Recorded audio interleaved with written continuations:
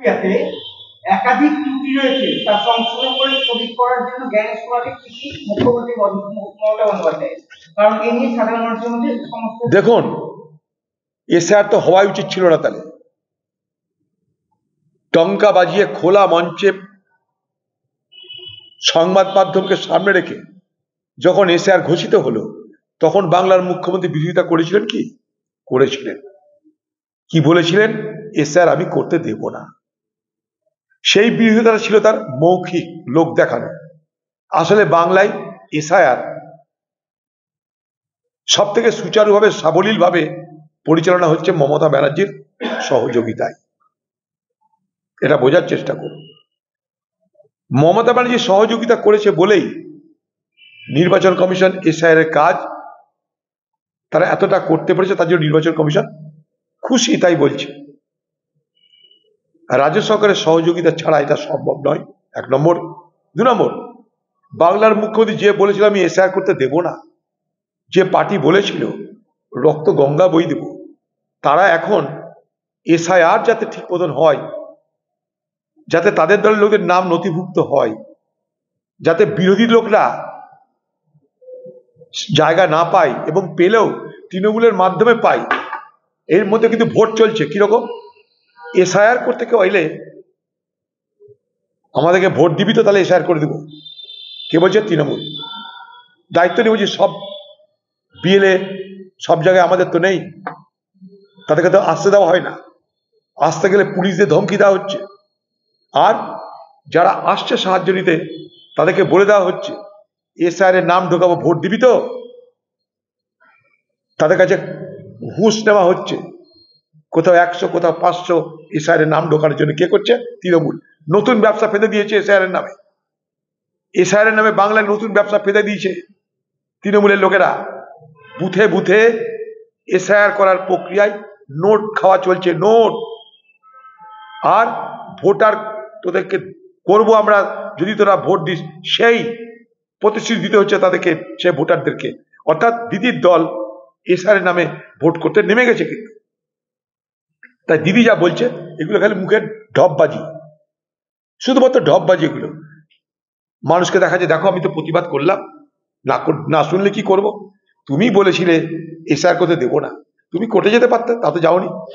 আমি এসআইআর করতে দেবো না, রাজ্য এসআইআর করতে দেবে না, এই স্বল্প সময়ে এসআইআর হবে না, সময় তো আগেই বলে দিয়েছিল, তুমি কোর্টে যাওনি কেন?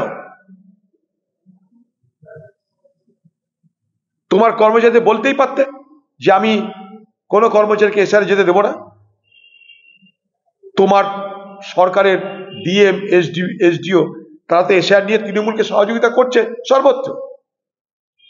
মমতা ব্যানার্জি যেটা করছে লোক দেখ, এটা একটা নাটক। আমি আগেও বলছি, আজও বলছি, মোদি স্যার আর দিদি ম্যাডামের নাটক চলছে বাংলায়। আর এই এসআইআর এর আবহে বাজারে আগুন লেগেছে তা নিয়ে আলোচনা হচ্ছে না, মানুষের রোজগার নেই তা নিয়ে আলোচনা হচ্ছে না, ঘরে ঘরে রান্নাঘরে আগুন লেগে গেছে, যান বাজারে যান কিনতে যান কিছু, তা নিয়ে কিন্তু আলোচনা হচ্ছে না, চাকরি নিয়ে আলোচনা হচ্ছে না। এসআইআর এসআইআর এসআইআর, সারা বাংলার মানুষ তাতেই আতঙ্কে দৌড়ে বেড়াচ্ছে। সেই আতঙ্ক দূর করার দায়িত্ব কার? রাজ্যের এবং নির্বাচন কমিশনের। বাংলাদেশি কে, বাংলাদেশি কে না, এই নিয়ে লড়াই চলছে। পেটের টানে ওপার থেকে মানুষ আসে এখানটায়, হিন্দু আসে, মুসলমানও আসে, এটা সবাই জানে। বাংলার মুখ্যমন্ত্রী মমতা ব্যানার্জি সর্বপ্রথম ওপার থেকে লোক এসে এপারে ভোটার হচ্ছে এই দাবি তুলেছিল। ভুলে যাবেন না বাংলার মানুষ।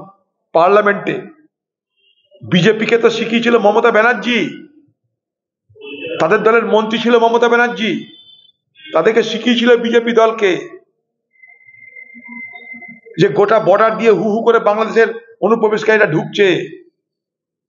মমতার জ্ঞান নিয়ে বিজেপি পার্টি তৎপর হয়েছিল। আজ দিদি নৌটঙ্কি করছে, নাটক করছে। টিভি খুললেই বাংলাদেশি, টিভি খুললেই এসআইআর, টিভি খুললে লোক ছেড়ে পালাচ্ছে। আরে অভাবে কেউ এসছে? কেন্দ্রের উচিত কি, যদি আসতেই হয়, কাউকে রাখতেই হয়, ওয়ার্ক পারমিট দাও, কাজ করবে, চলে যাবে। রাজ্যের উচিত কি, কেন্দ্রের সঙ্গে কথা বলো যে আমার রাজ্যে অবৈধ অনুপ্রবেশকারী আছে, তাদেরকে বৈধতা দাও আর না দাও, কাজ করার অধিকার দাও, ওয়ার্ক পারমিট দাও, কাজ করার সুবিধা দিয়ে দাও। অনেকে বাংলাদেশের লোককে পছন্দ করে, সস্তায় কাজ করে, তাই যেমন আমার রাজ্যের যারা শ্রমিক তাদেরকে বাইরের রাজ্যে খাতির করে, সস্তায় কাজ করে, তাই এখানে ইকোনমি কাজ করছে, লাভ না লোকসান সেইটা কাজ করছে। আমি নিজে গিয়ে দেখেছি, পানিপথ আমি গেছিলাম, এখানকার হাজার হাজার শ্রমিক আছে, তাদের উপর যেন অত্যাচার না হয় যা ঠেকাতে আমি গেছিলাম, আমি জানি। সেখানকার মালিকদের সঙ্গে কথা বলেছিলাম আমি, কারখানার মালিকদের সঙ্গে, তারা বলছে দাদা আমরা তো সাহায্য করব, কারণ এত সস্তায় লেবার কোথায় পাবো। সেখানেও বাংলাদেশি আছে, সেখানে পশ্চিমবঙ্গের পরিযায়ী আছে,